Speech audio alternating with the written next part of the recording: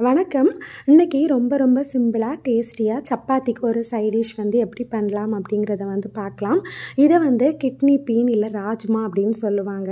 So இதை அவிக்கிறதுக்கு முன்னாடி நம்ம தண்ணியில் ஊற வச்சுக்கணும். இன்றைக்கி 1 கப் அளவு கிட்னி பீன் எடுத்து தண்ணியில் ஊற வச்சுருக்கிறேன். நீங்கள் ஓவர் நைட் ஊற வச்சுட்டு அடுத்த நாள் பார்த்தீங்கன்னா இந்த மாதிரி நல்லா குண்டாக பல்ஜாகி இருக்கும்.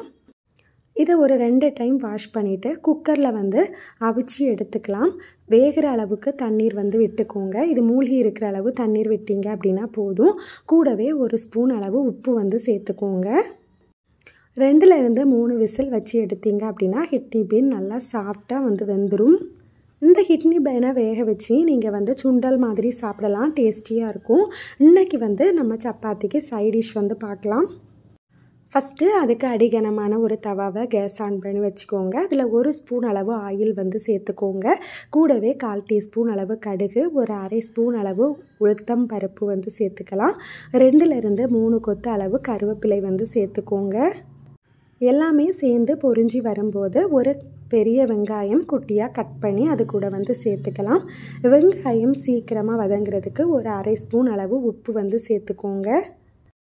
வெங்காயம் இந்த மாதிரி டிரான்ஸ்பரண்டாக வதங்கின உடனே ஒரு பெரிய சைஸ் தக்காளி குட்டியாக கட் பண்ணி சேர்த்துக்கோங்க. நீங்கள் தக்காளி சேர்க்க வேண்டாம் அப்படின்னு நினச்சிங்கன்னா இதுக்கு பதிலாக புளித்தண்ணி சேர்த்துக்கலாம். தக்காளி நல்லா வதங்கி வரணும். ஸோ நல்லா வதங்குற வரைக்கும் சிம்மில் வச்சு நல்லா வதக்கி எடுத்துக்கோங்க. 1/2 ஸ்பூன் அளவு பெரிய ஜீரகம் சேர்த்துக்கலாம். 1/4 ஸ்பூன் அளவு காஷ்மீரி சில்லி பவுடர் இருந்தது அப்படின்னா சேர்த்துக்கோங்க. இல்லை அப்படின்னா எரிப்புக்கு தேவையான அளவு வத்தல் பொடி சேர்த்துக்கலாம். கூடவே கலருக்கு ஒரு 1/4 டீஸ்பூன் மஞ்சள் பொடி, ஒரு 1/2 ஸ்பூன் அளவு கோரியாண்டர் பவுடர், இது எல்லாமே சேர்த்துட்டு ஒரு வாட்டி கிளறி எடுத்துக்கோங்க. அந்த பொடியில் இருக்கக்கூடிய பச்சை வாசனை போகட்டும். அடுத்ததாக அந்த வெங்காயமும் தக்காளியும் மசிஞ்சு வேகிறதுக்கு ஒரு 1/2 கிளாஸ் அளவு தண்ணீர் விட்டுக்கலாம். தண்ணீர் கொதிச்சு வரும்போது நம்ம வேக வச்சு எடுத்து வச்சுருக்கிற கிட்னி பீன்ஸை இது கூட சேர்த்துக்கலாம். இந்த குருமா நல்லா திக்காக வரதுக்காக கிட்னி பீன்ஸை நீங்கள் ஒரு கை அளவு எடுத்து மிக்சியில் அரைச்சும் சேர்த்துக்கலாம். இல்லை அப்படின்னா 1 ஸ்பூன் கார்ன்ஃப்ளவரை தண்ணியில் கலந்துக்கோங்க. கலந்துக்கிட்டீங்க அப்படின்னா அது நல்லா உங்களுக்கு ஒரு திக்னஸ் கொடுக்கும்.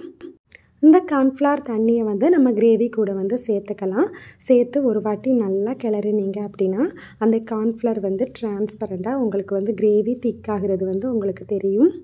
கிரேவி உங்களுக்கு எந்த அளவு திக்காக வேணுமோ அந்த அளவு திக்கானதுக்கு அப்புறமா கொஞ்சமாக மல்லித்தழைகள் கட் பண்ணி நீங்கள் சேர்த்துக்கலாம்.